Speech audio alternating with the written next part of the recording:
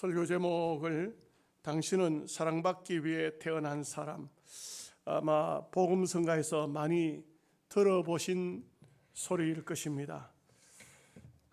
1921년 뉴욕에 할렘가가 있는데 그곳에 싱싱교도소가 있습니다. 이 교도소에 루이스 로웨스라는 사람이 소장으로 부임을 했습니다. 그럴 때에 그 소장과 함께 더불어서 그의 부인이 캐더린 로웨스가 왔습니다. 남편을 따라 교도소에 왔지만 이분들은 복음을 전하는 사역자, 사명자적인 정신을 가지고 왔습니다. 캐더린은 제소자 중에 한 명이 장님인 사람을 보았습니다. 그래서 그를 찾아가서 점자책을 읽는 법을 가르치고 성경을 건네 주었습니다. 점자 성경을 주었습니다. 이 소경된 사람은 난생 처음으로 하나님 말씀인 성경을 이제 읽게 됩니다. 점자책을 통해서 읽었지만 너무나도 감사했고 감격했고 나를 위해서 십자가 위에 죽어주신 예수님을 만나게 되는 계기가 되어집니다. 그리고 또 그 교도소 안에 기머거리가 있다는 사실을 알게 됩니다. 그래서 캐더린은 자기가 직접 수화를 배워서 그에게 수화를 가르치기 시작했고, 그리고 날마다 그를 찾아가서 성경을 읽어 주었습니다. 이 사람도 변화되기 시작했습니다. 그도 성경을 이제 읽기 시작했고 보기 시작했고, 그리고 예수님을 생명의 구주로 영접하게 되어집니다. 이 싱싱교도소는 미국의 많은 교도소 가운데 가장 악질적인 사람들만 모인 교도소라고 합니다. 그런데 이 교도소 안에서 어느 날 누구의 입을 통했는지 모르지만 소문이 나기 시작했습니다. 우리 교도소에 하나님께서 천사를 보내주셨다는 것입니다. 이 교도소는 시간이 지나면서 16년의 세월이 지났을 때에 1937년 참 많은 세월 동안 그곳에서 이 부부는 복음을 전했습니다. 이 교도소는 가장 악한 교도소에서 가장 모범적인 교도소로 바뀌어졌습니다.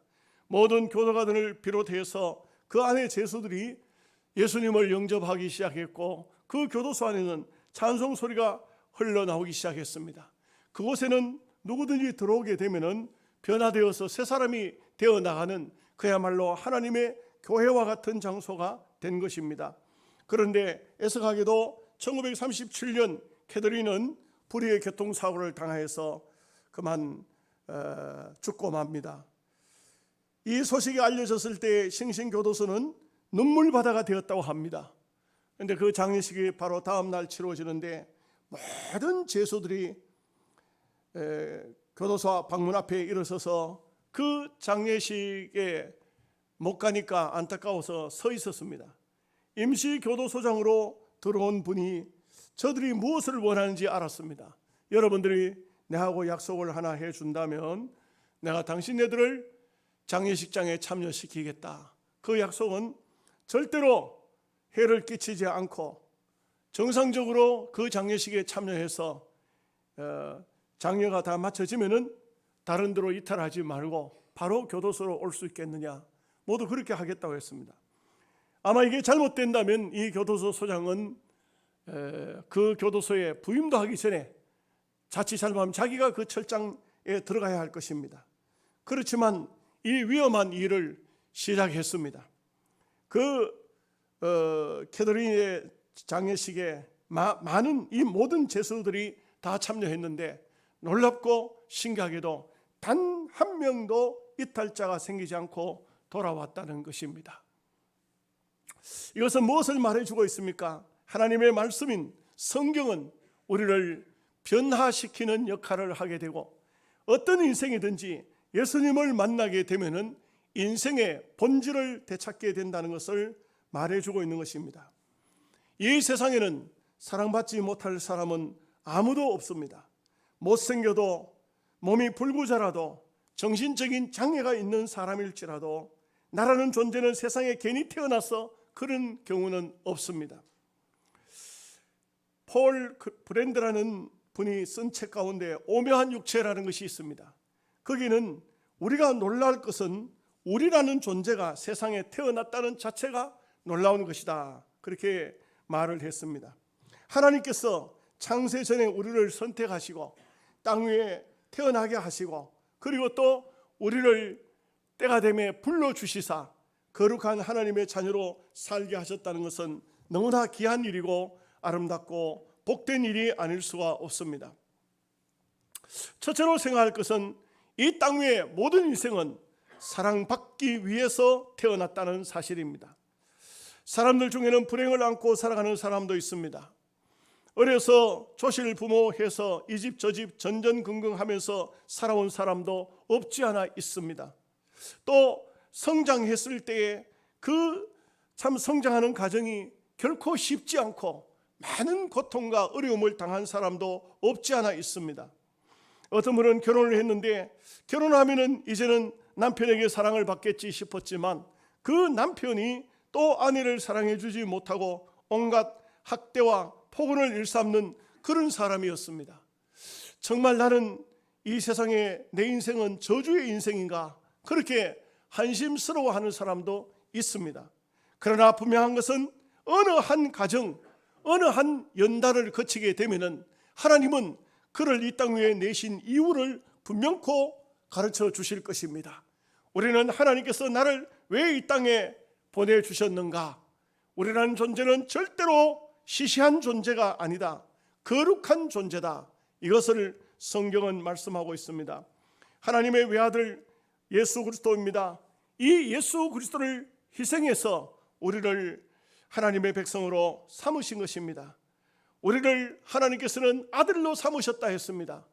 하나님의 아들은 예수 그리스도십니다. 그런데 왜 또 우리에게 아들이라고 말합니까? 우리를 양자 삼아 주셨다고 성경은 말씀하고 있습니다. 여기는 두 가지가 있습니다. 첫째는 그 양자에게 모든 재산을 다 물려주는 것입니다. 오늘 우리에게 하나님께서는 전혀 우리는 하나님을 알지도 못했는데 우리를 하나님 자녀로 삼아주시고 우리를 양자 삼아주시고 하늘나라 정권을 우리에게 주시겠다고 말씀하고 있는 것입니다. 그렇기 때문에 우리는 엄청난 하나님의 은혜를 받은 백성이요 복을 받은 백성이라고 할 수가 있습니다. 전에 어떤 장로님 한 분 제가 소개를 한 적이 있습니다. 이분은 6.25 사변 때 그럴 때 부모와 헤어졌습니다. 이 아이가 미군에 이렇게 양자가 되어서 미국으로 건너가게 되었습니다. 미국에 가서 공부를 많이 했습니다. 그리고 미국인에게 아버지라고 불렀습니다. 그 미국인 아버지가 이 아들을 잘 보살펴주고 그리고 공부도 많이 시키고 그 다음에 이분이 세상을 떠났습니다. 그 아버지의 재산을 다 물려받았습니다. 너무나도 감사했습니다. 전쟁 고아가 부모도 모르는데 누군지도 모르는데 나를 데려다가 아들 삼으시고 그리고 그 많은 재산을 자기에게 준 것입니다. 너무 감사해서 이분이 한국에 와서 고아들만 모아서 그들에게 내가 받은 사랑을 베풀겠다고 하는 이야기를 한 적이 있습니다. 그 장로님은 그런 말씀을 합니다. 나도 전혀 모르는 분이 나를 데려다가 양자 삼아 큰 은혜를 베풀어 주었는데 나도 내 양아버지가 했던 것처럼 고아들을 위해서라면 내 있는 전 재산을 다 써도 아깝지가 않다. 그렇게 했다는 것이죠. 양자를 삼았다는 건 놀라운 일입니다. 옛날에는 아들 없는 사람들이 고아원에 가서 양자를 삼습니다. 아이들을 쭉 세워놓고 고아원 원장이 소개합니다. 이 아이는 어떻고 이 아이는 어떻고 이 아이는 어떻고. 그런데 그 아버지가 참 부자 영감이 나의 후사로 삼을 사람을 누구를 쓰느냐? 머리가 좋다고 얼굴이 잘생겼다고 아닙니다. 어느 한순간 딱 쳐다보는데 자기 마음에 와 탁 닿는 겁니다. 너 이리 와.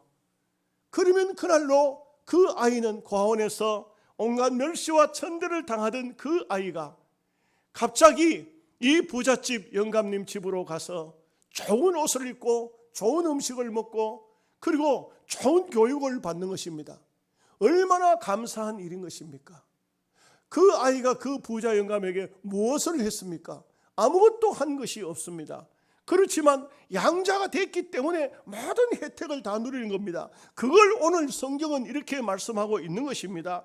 바로 너희를 그 기쁘신 뜻대로 자기의 아들들이 되게 하셨다는 겁니다. 우리가 하나님의 양자가 되었다는 것입니다. 이것은 하나님의 엄청난 복입니다. 우리가 이 땅에 사는 동안에 결코 참 복된 삶을 못 살았다 할지라도 어느 날 어느 순간인가 하늘나라에 가면 하나님 아버지가 가지고 있는 그 모든 것을 우리에게 그냥 주시는 것입니다.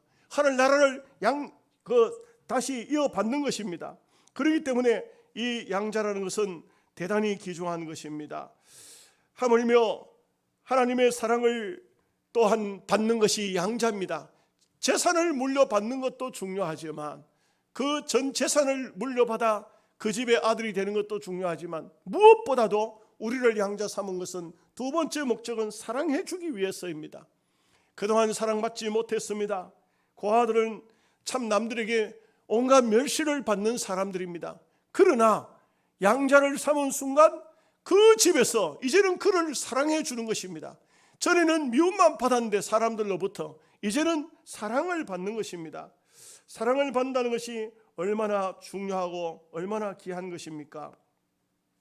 이한규 목사님 인터넷에 보면은 그분은 유명한 목사님입니다. 일반인들은 잘 모르실 거예요. 이한규 목사님의 글을 읽다가 보니까 이런 얘기가 나옵니다. 어느 날 거지 한 사람이 왔습니다.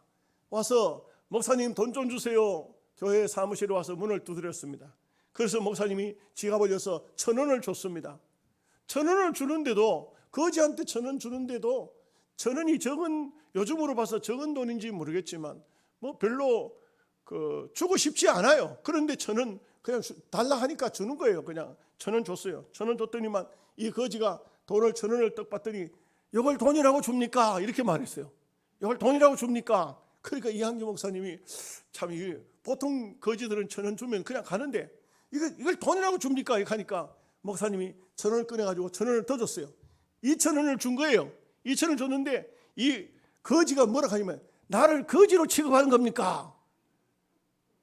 그래가지고는 목사님을 빤히 쳐다보니까 목사님이 할 수 없이 이게 거지하고 시비할 수도 없고 할 수 없이 지갑을 열어서 다시 또 10,000원짜리를 한 장 줬습니다. 그랬더니만 씩 웃으면서 그냥 고맙다는 인사도 없이 가버리는 겁니다. 그런데 돈 10,000원 주고 처음에 1,000원 주고 그 다음에 10,000원 주고 그리고 가고 난 다음에 가만히 생각했겠네.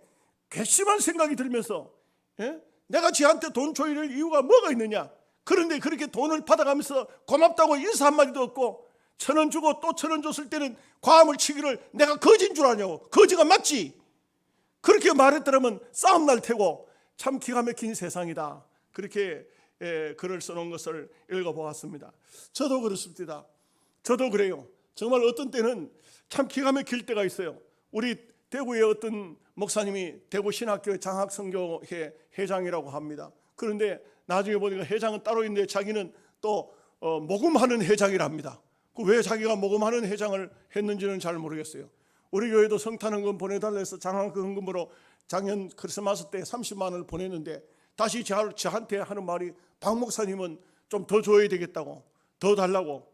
그 내가 무슨 돈을 내가 무지 놓고 사는 사람도 아닌데 돈을 어째 더 달라고 하는가. 그 내가 그분 성격을 알기 때문에 시비하기 싫어서 통장 번호를 제게 보내주시오.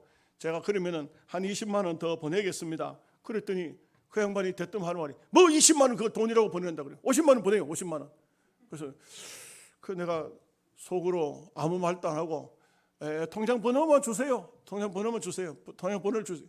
그랬더니 50만 원 보내겠냐고 안 보내겠냐고. 20만 원 보내드릴게요. 50만 원 보내시오. 50만 원 없습니다. 20만 원 보내드릴게요. 그러니까 통장 번호를 안 보내요. 안 보내고 아마 잘은 모르지만 제가 그 사람 이제 다음번에 만날까 봐 걱정이 많이 돼요. 전투 자세로 나가야 될지 아니면은 손을 비비면서 나가야 될지 잘 모르겠어요. 기도원에서 만났던 어떤 권사님은 전화가 왔어요. 갑자기 전화가 와가지고 기도원에서 제가 설교 은혜 받았다고 제가 기도원 집회 가면 늘 자주 오는 분이에요. 근데 이분이 이번에는 전화가 왔어요. 목사님 병원에 수술하고 누웠는데 퇴원하려고 하니까 돈이 없습니다. 돈 좀 주십시오. 야, 이거 기가 막혀요. 박병석 주머니는 무슨 돈이 새끼를 치는가. 그래서 제가 그래서 권사님 10만 원만 보내드릴게요. 나도 어려워요. 그러니까 예, 알겠습니다. 그랬더니 또 집사람한테 물건 팔아달라고. 물건 팔아야 된다고. 어제 보니까 또 물건을 샀는 것 같더라고요. 또 뭐 어쩌고 하는 거. 뭔데 하니까 하도 물건 팔아달라 해가지고 그 필요 있거나 없거나 간에 팔아줘야 되니까. 여러분 참 우리가 때로 어떤 때는 기쁘게 줄 때도 있지만 어떤 때는 찜찜하게 뭔가 빼앗기는 듯한 느낌이 들 때도 없지 않아 있습니다. 그러나 우리가 영적으로 볼 때는 하나님 앞에는 어떻습니까? 하나님께서는 우리에게 하나님의 아들을 삼아주신 양자가 되게 하신 그 아들들이 되게 하시는 엄청난 복을 주셨습니다. 우리가 하나님의 복을 생각하면 언제나 감사할 수밖에 없습니다. 두 번째는 우리는 사랑받기 위해서 태어났으면 두 번째는 사랑해야 할 목표가 있다는 것을 알아야 됩니다.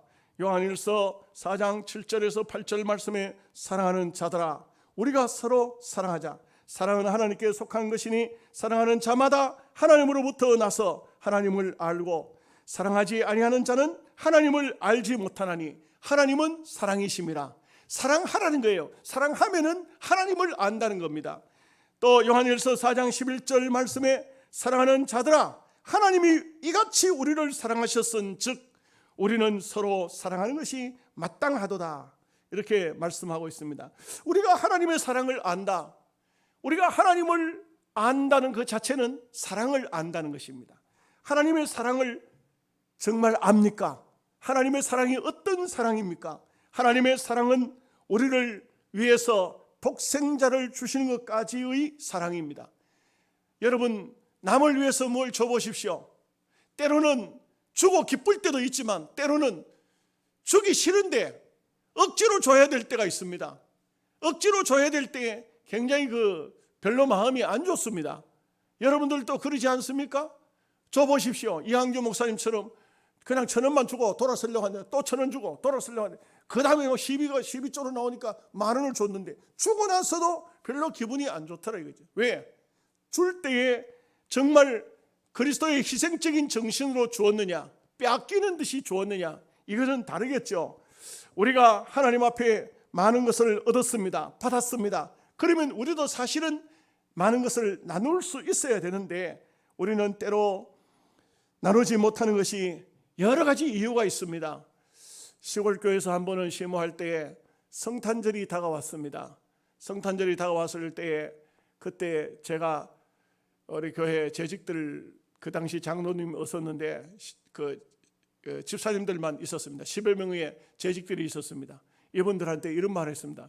이번 크리스마스 때는 라면을 한 20박스 정도 사가지고 집집마다 한 집에 라면 한 박스씩 줍시다. 그렇게 하니까 이제 집사님 중에 한 분이 전사님 좋습니다. 그렇게 합시다. 그래가지고는 줄만한 대상을 동네에 한 60, 70호 정도 되는데 20가정을 골라야 되는 거예요. 그래서 메모지를 넣고 적어요. 적는데 어떤 집을 줄 것이냐. 누가 옆에서 이제 추천을 해요. 어느 집에 한 박스 줍시다. 그 집의 이름을 이제 아무개 이제 태코를 적습니다. 이제 영양댁 한 박스, 뭐 이런 식으로 이밤댁 한 박스 이런 식으로 쭉 적는 거예요. 적는데 적던 사람이 갑자기 하는 말이 이 집에는 안 돼요. 그 옆에 있던 사람이 왜 안 됩니까? 하니까 그 라면 줘봤자 이거 제대로 끓여 먹기나 하려나 맨날 남편이라는 사람은 맨날 술만 처먹고 그거 안 돼. 그거 줘봤자 소용없어. 줄줄 꺼버렸어요. 그 다음에 또 이렇게 추천하다가 그 사람 안 돼. 그 사람 불량한 사람이라. 그 사람 집에는 줘봐야 소용이 없어. 아주 교회 맨날 교인들 또 싫어하고 교회도 싫어하고 안 된다고. 라면 20박스를 놓고 2시간이 지나도 20가정이 안 나와요. 20가정이 뭐예요? 10가정도 안 나와요. 줄 사람이 없더라니까. 나중에 옆에서 앉아서 제가 가만 앉았다가 이분이 지금 뭘 하는가? 이래서 줄 수 없고 이래서 줄 수 없고 이래서 줄 수 없고 세상에 라면 한 박스 나눠주는 것도 계산적으로 따지니까 줄 사람이 없어요. 줄 사람이 20박스 주겠다고 해놓고 5명도 안 나와요. 5명도. 그런데 제가 보니까 뒤집어 놓고 보니까 본인도 라면 한 박스 얻어갈 만한 처지가 아닌 것 같아. 다 대부분의 사람들이 이 땅 위에는요, 정말 보면은 인간적으로 계산하면 사랑을 줄 만한 사람이 없어.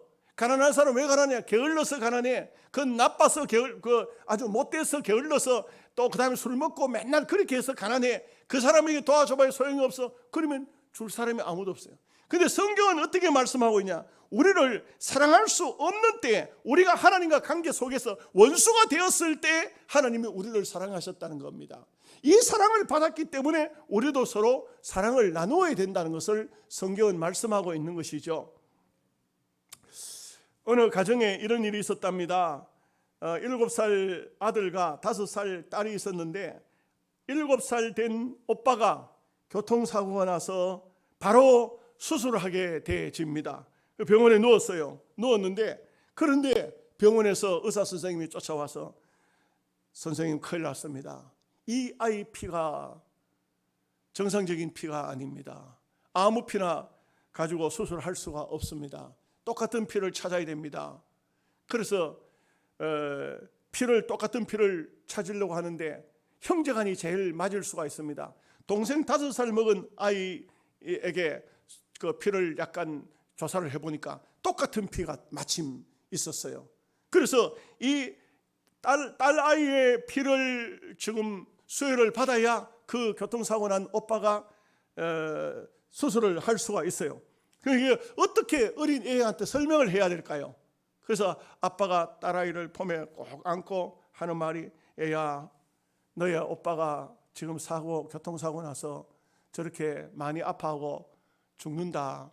그런데 수술을 하려고 하면은 칼로 이렇게 살을 자르고 뼈를 또 수술도 해야 되고 하면은 피가 부족한데, 피가 있어야 되는데 피가 없으면은 그러면 너희 오빠는 수술을 할 수가 없어. 그런데 말이야, 희한하게도 너하고 오빠 피하고 피가 똑같아. 네가 피를 좀 빼주면은 오빠가 수술을 할 수가 있어. 너 할 수 있겠니? 그렇게 물었어요. 그러니까 그 딸이 가만히 있어요. 한참 있더니 입술을 굳게 물고, 아빠 그렇게 하겠어요. 제가 피를 뽑아서 오빠 수술하는데 하겠어요. 그렇게 했어요. 그래서 이 딸아이가 누워 있고 그 오빠가 수술을 하는 겁니다. 그 참 기가 막히죠. 그 어린 아이에게서 피를 뽑아서 오빠를 수술하는 겁니다. 근데 의사가 신속하게 수술을 잘 해서 수술이 끝이 났습니다. 그러고 난 다음에 의사 선생님이 흡족한 말로, 선생님 수술이 무사하게 끝났습니다. 성공적입니다. 그러면서 아들이 곧 깨어날 겁니다 하는 겁니다. 그래서 이제 그 아빠가 너무 고맙죠. 그 딸아이를 이렇게 붙들고, 애야, 네가 피를 줘서 오빠가 수술 성공됐단다. 이제 오빠는 곧 마취해서 깨어나면 건강하게 이제 살 수가 있을 거야. 너무 고마워 하니까 딸아이가, 아빠 정말 감사해요. 나도 감사해요.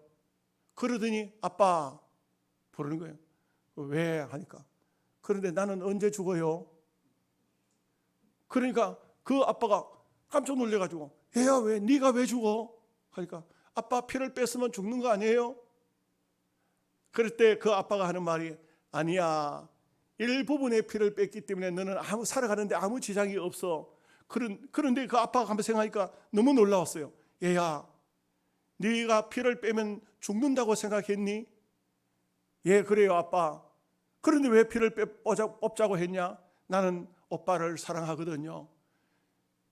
바로 이 어린 아이, 천진난만한 아이의 이야기이지만 이것은 무엇을 말해주고 있습니까? 정말 자기가 죽는다고 생각할지라도 오빠를 사랑하기 때문에 살리겠다는 그 어린 아이의 이야기.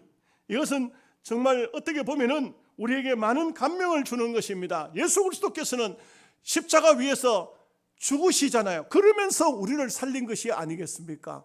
예수님이 죽지 않으셨다면 우리가 어떻게 살 수가 있겠습니까? 하나님의 사랑은 이와 같은 큰 사랑이고 놀라운 사랑입니다. 우리가 이렇게 큰 사랑을 받은 이 철없는 아이도 자기 오빠를 위해서 자기 피를 빼가 자기가 죽는다고 생각할 정도로 피를 뺐다면, 우리는 하나님의 그 큰 사랑을 받았다면 우리도 이 그리스도의 숭고한 사랑에 보답할 줄 알아야 됩니다. 그것은 바로 나도 사랑을 받았지만 사랑을 나눌 수 있어야 된다는 것입니다.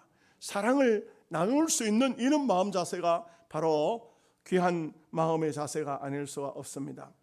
세 번째는 영원한 사랑을 받으려면 천국에 가야 합니다. 우리가 이 세상의 사랑은 영원하지 않습니다. 여러분, 부모가 자식을 사랑하는 것도 절대 영원히 내가 너를 영원히 사랑한다 그럴 수가 없어요.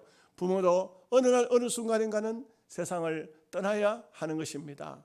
부부간에 아무리 다정스럽고 사랑스러운 부부간이라 할지라도 언젠가는 부부가 한 사람 한 사람씩 이 세상을 떠남으로써 더 이상 사랑할 수가 없습니다. 죽고 난 다음에도 난 영원히 사랑한다, 그런 사랑은 있을 수가 없습니다. 진정한 사랑이라는 것은 우리가 이 땅 위에서는 진정한 사랑이 어쩌면은 영원한 사랑이 없습니다. 하나님의 사랑만이 영원한 사랑입니다. 그렇기 때문에 하나님을 사랑하고 우리가 하나님의 사랑을 받고 또한 하나님 나라 가서 하나님의 영원한 사랑을 받아야 됩니다. 예레미야서 31장 3절 말씀에 여호와께서 나에게 나타나사 내가 영원한 사랑으로 너를 사랑하기에 인자함으로 너를 이끌었다 하였노라. 하나님의 사랑은 영원한 사랑입니다. 우리의 인간들의 사랑은 영원한 사랑은 아무리 영원한 사랑을 하고 싶어도 우리라는 존재가 절대 영원한 존재가 아니기 때문에 영원한 사랑을 할 수가 없는 것입니다. 우리가 하나님의 사랑을 받게 되면 신앙의 확신을 가지게 됩니다. 하나님을 가까이 하게 되면 가까이 할수록 하나님의 사랑을 느끼게 됩니다. 하나님의 사랑을 깨닫게 되고 느끼게 되면 하나님을 의지하게 되고 하나님을 믿게 되고 두려움 없는 삶을 살도록 되는 것입니다. 여러분, 비행기를 타고 가다 보면 가끔 여러분 멀리 비행기를 타고 가보셨습니까?